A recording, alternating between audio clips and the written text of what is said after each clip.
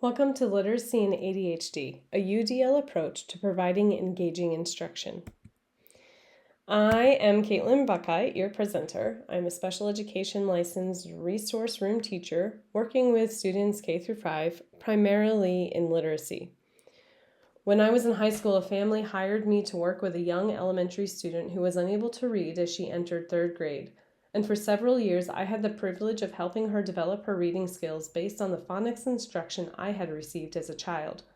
That was more than 20 years ago, and I have continued working with students in reading in several different capacities since then, from tutoring and homeschooling to working in both elementary and high school with typically developing students and students with disabilities. Along the way, I have continued learning about effective practices, and I am passionate about making literacy accessible for students with disabilities.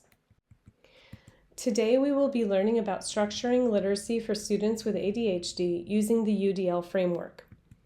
We will know we have succeeded when we can define UDL and identify its 3 main components, when we can define ADHD and describe its impacts on students, and when we can list and implement 3 strategies to use in our instruction. Before we get started, please take a few minutes to complete the survey here using either the link or the QR code. You can press pause to provide enough time to do this. Okay, so we've finished our surveys now. Let's look at the last question from that survey. What do electric toothbrushes, keyboards, and also kitchen utensils all have in common? They were all initially designed for people with disabilities. Electric toothbrushes were designed for individuals with limited motor skills, keyboards for individuals with vision impairments, and also kitchen utensils were created by a man for his wife who suffered from arthritis. Each of these items was initially created by someone who had unique needs, and now they benefit our entire society. This is a critical component of the Universal Design of Learning, or UDL, identifying ways to improve accessibility to individuals with exceptionalities and crafting solutions. UDL is an instructional framework modeled after the Universal Design in Architecture, which focuses on making physical environments more accessible to individuals with disabilities. Universal Design of Learning focuses on making learning environments more accessible to individuals with disabilities. UDL addresses 3 key areas: representation, engagement, and expression. We will discuss each of these in more detail shortly. Why is it important to use UDL? It focuses on the needs of the learners with disabilities. Rather than trying to generally improve instruction for everyone, it targets the needs of students with a particular disability. For our time together, we will address ADHD, and it implements strategies to address those needs. This improves accessibility for students with disabilities. It improves engagement and motivation, as well as literacy growth, and helps students learn and retain information better. Look at these pictures. Turn to a neighbor and answer the questions on the screen about each image. What need prompted the development of these items? How do they benefit everyone? If you need more time, hit the pause button and resume when you are ready. We can see that identifying the needs of individual learners can be a great driver for innovation that benefits everyone. In a TED Talk, Elise Roy, an individual with severe hearing loss, discussed how the different experiences she has due to her disability can be leveraged to benefit many. Here's her quote. "The energy it takes to accommodate someone with a disability can be leveraged, molded, and played with as a force for creativity and innovation." That's what we're aiming to do as we look at the needs of students with ADHD. Well, we've talked about UDL. Now it's time to talk about ADHD, something I'm sure all of us have seen in our classrooms.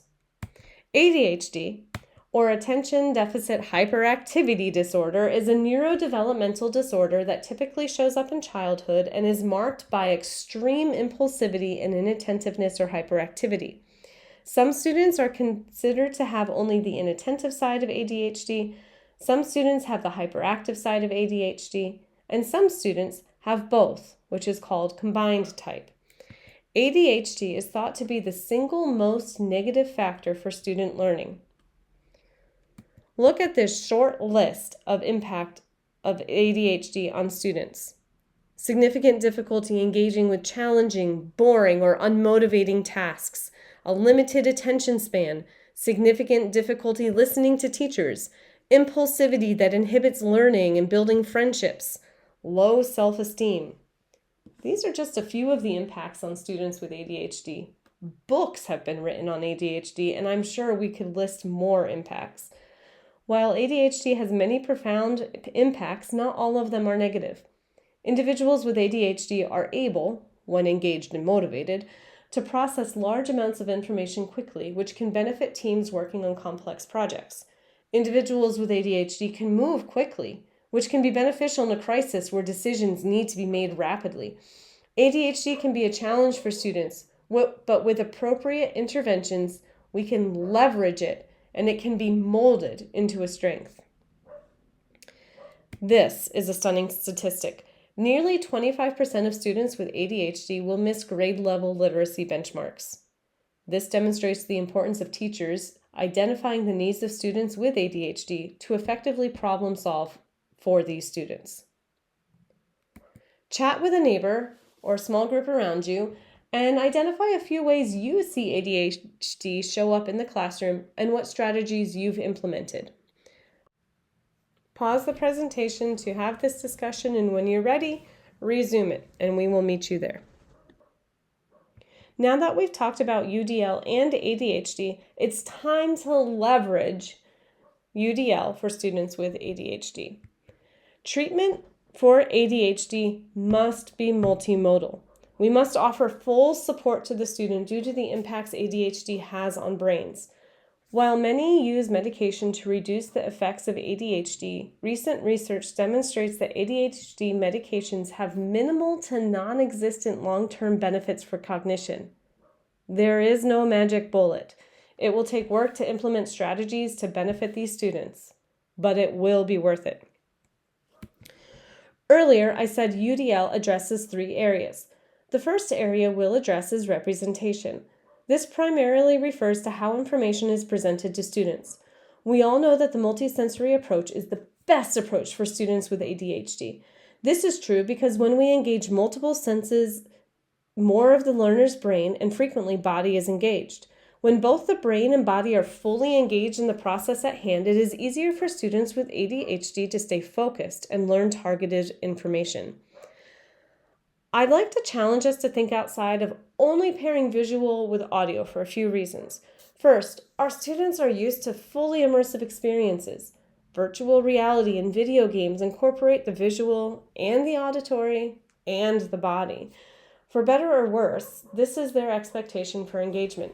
I realize it's impossible for us to design lessons with that level of engagement all day long. I'm not advocating for that. Instead, let's try to increase the number of literacy activities engaging multiple senses and body movement. We can do this by using a variety of textures or visual experiences. Incorporate movement into activities to give students purpose for the movement they crave. Check in with student IEPs for recommendations and accommodations for students with ADHD, or check in with a school OT or the certified OT assistant for great ideas for specific student needs. OTs are one of school's most valuable resources to address needs of students with ADHD. Here are some ways we can implement multi-sensory instruction. We can put textures on Elkanin boxes. This is great for helping students feel the target sound. If you're working on identifying initial sounds, the first box would have the texture. This could be a Velcro dot on the initial sound. Or if you're working on the final sound, use a puffy sticker in the final box. Or if you're working on identifying the middle sound or the vowel sound, use some corduroy in that middle box. DeWine and Chai have found this to improve acquisition of phonemic awareness. Word sorts with a twist. Instead of students working at their desk, have students move between sides of the room. If the sort asks students to group words by word origin, have Latin words on one wall, Greek words on another wall, and so on. This gives a purpose to students' movement. Pairing visual and auditory instruction. ideally with body movement as well, as we addressed. And finally, rhythm training. This one's a bit newer with the research. Zanto and his team have identified that students who engage in daily rhythm training develop better reading fluency. Ideally, this training happens with instruments, but access to instruments isn't always available. Therefore, they created a digital rhythm training game that they trialed, and it resulted in increased reading fluency just like the instruments. This connection between rhythm and fluency makes sense, as reading fluently is essentially making a rhythm with written words that matches our speaking patterns. When we speak, we stress important words more than transition words, unless changing the emphasis on those words clarifies meanings. I've drawn on my musical background to have students tap out rhythms with their fingers or clap rhythms that I've found in drumming books. There are also some toys such as the Simon, which builds sequences of tones matched with lights. Players must repeat each increasingly longer sequence correctly. One player plays until failing a sequence, and then it can be another player's turn. Let's give it a try. If you have some tactile Elkinen boxes, give each other words to practice feeling the different textures on the boxes. If you don't have those boxes, take a few minutes to use what you have around you to use texture in one of the squares. If you have the Simon game, go ahead and play that for a few minutes. Hit pause until you've done these things and are ready to re-engage with the presentation. The second area of UDL is engagement, which emphasizes the importance of motivating students. Students who are engaged and motivated learn more and retain knowledge longer than unengaged students. Students with ADHD may be motivated at first, but they have difficulty sustaining that motivation or focus. It's important that this need is addressed. We've already discussed one way we can improve engagement: multisensory instruction. Let's look at two other ways. First, we have student choice. Giving students choice improves their buy-in and motivation and has been shown to improve literacy outcomes. Giving choice to students gives them more responsibility, which helps them develop their independence. This feeds their motivation and engagement. Allowing choices also enhances student-to-student and student-to-teacher relationships as everyone begins to learn about interests or topics that matter to each other. Implementing choice can be challenging with curriculum and other expectations on teachers. So let's look at a few examples that might work in your classroom. When asking students to read for enjoyment or to build fluency, have them select their own texts. To expand on this, offer opportunities to introduce one another to books they've enjoyed. Here are some ideas. Student-driven reading stations. Label stations with a genre. It could be as simple as graphic novels in one corner, picture books in a different corner, and nonfiction books in the middle. Or it could be more complicated depending on where your students are. Have students identify the genre of their book and place it on the corresponding table or desk. Break the class into groups for stations and assign groups to a station. Give students about 5 minutes at each station to look at the books in the genre to gather ideas for their next reads. Book mixers. So each student chooses a book that they want to talk about with a friend. Either have students pair off or break into small groups and give each student 2 minutes to share about their book with their group. Rotate groups as time allows. Or you could do book previews. Read the first chapter or two of a book that you enjoy and encourage students to find it in the library. This would be a great way to collaborate with the media specialist. These methods will introduce students to great books while treating them as knowledgeable readers who have opinions about books. This will improve their engagement and motivation to read for enjoyment, which will develop their reading skills and make reading in the classroom easier for them. When teaching a target skill, give students an option between 2 methods for learning. Instead of making more work for yourself, prepare 2 activities that you're already planning to use to reinforce the target skill. And on the first day of working on that skill, give students the option of which activity that they want to do.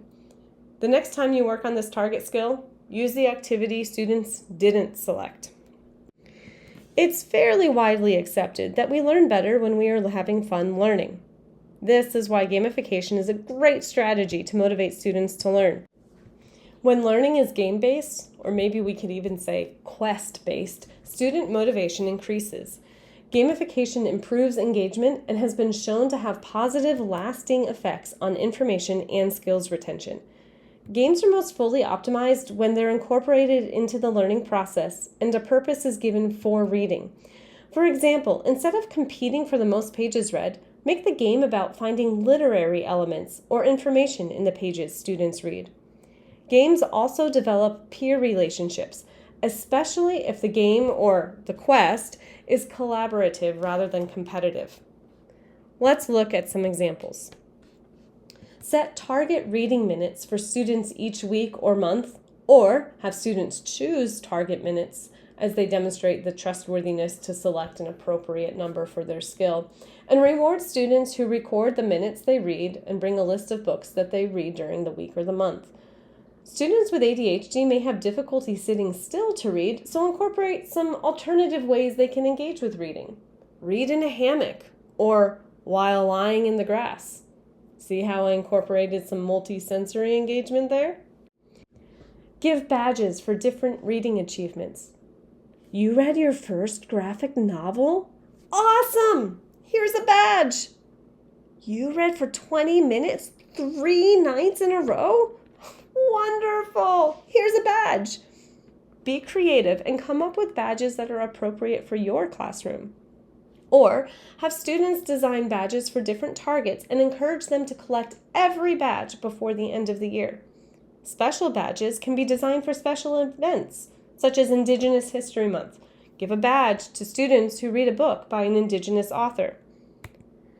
Design quests for students. Challenge students to read and find examples of maybe idioms in their books. Students can write the idioms they find, the corresponding page number, and the title of the book and log it with the teacher. At the end of the time frame, students or the teacher can share all the idioms found in all the books being read by the class. Customize the quests to reinforce what is being taught during the school day. These quests can also be used to support science and social studies instruction. Book battles. Students earn points for the comprehension questions they answer correctly about a book. They can compete against others who are also answering comprehension questions about books. This one would take a little bit more effort unless students are reading books that already have published comprehension questions for them. All right, I've given lots of ideas about how to incorporate gamification and choice into the classroom for enjoyment and reinforcement. Let's take 2 minutes and turn and talk to your neighbors about these 2 prompts. Tell about a time you've used gamification, or you could use student choice too. How was it successful? What engagement strategies can you implement in your classroom to address the needs of learners with ADHD? Pause the video to have that conversation and resume it when you are ready to go. The last area of UDL is expression, which is how students acquire and demonstrate their knowledge. This category provides accommodations for students, such as speech-to-text and text-to-speech technology, and graphic organizers to help organize information students are learning. It also encourages students to use their strengths and skills to demonstrate knowledge of learned content and encourages the use of assessment as another learning opportunity. For example, taking tests requires students to rely heavily on the ability to retrieve information. Students with ADHD struggle with this. Assessments that allow for creative expression of content give students with ADHD an opportunity for continued learning and reinforcement as they demonstrate their knowledge. Here are some examples. Provide access to accommodations for learners with ADHD. Check with their IEPs and with the special education staff and occupational therapists for additional accommodation ideas. Provide a number of graphic organizers to choose from for note-taking during class. If your students with ADHD can't note-take and listen at the same time, allow them to record your instruction to listen to later, maybe while they're working on an activity to practice what they've learned. Assessment choice boards. Provide a few different ways for students to demonstrate knowledge. Incorporate posters, spoken presentations, tests, or writing assessments as means to show mastery and allow students to choose the method that they prefer. This also taps into the engagement prong of UDL by providing student choice. Turn and talk with a neighbor or table mates about strategies under the area of UDL expression you've used in your classroom. Brainstorm a few ways you can incorporate expressionist strategies that address the needs of learners with ADHD. Pause the video while you have the conversation and resume it when you are ready. All right, now it's time to wrap up our presentation. First, we talked about UDL, an instructional framework that benefits the whole community. Then we very briefly discussed ADHD, a neurodevelopmental disorder marked by patterns of impulsivity, inattentiveness, and/or hyperactivity, and one of the most significant factors for student learning. And then we spent the bulk of our time together looking at a variety of strategies to cater to the needs of students with ADHD. If you've noticed, I included some of these strategies in this presentation. I'm breaking up the talking points into smaller pieces with interactive elements, providing color cues on the slides to indicate interactive elements. Try it out in your classroom. All right, let's review our objectives. We were learning about strategies to support learners with ADHD in literacy instruction using UDL. And now I hope you can do the following. Define UDL and list its 3 major subcategories. Define ADHD and describe its impacts on students. And list and implement 3 strategies that will benefit learners with ADHD. This link and QR code take you to an evaluation of my presentation. Please complete it so I know how I can grow. Thanks.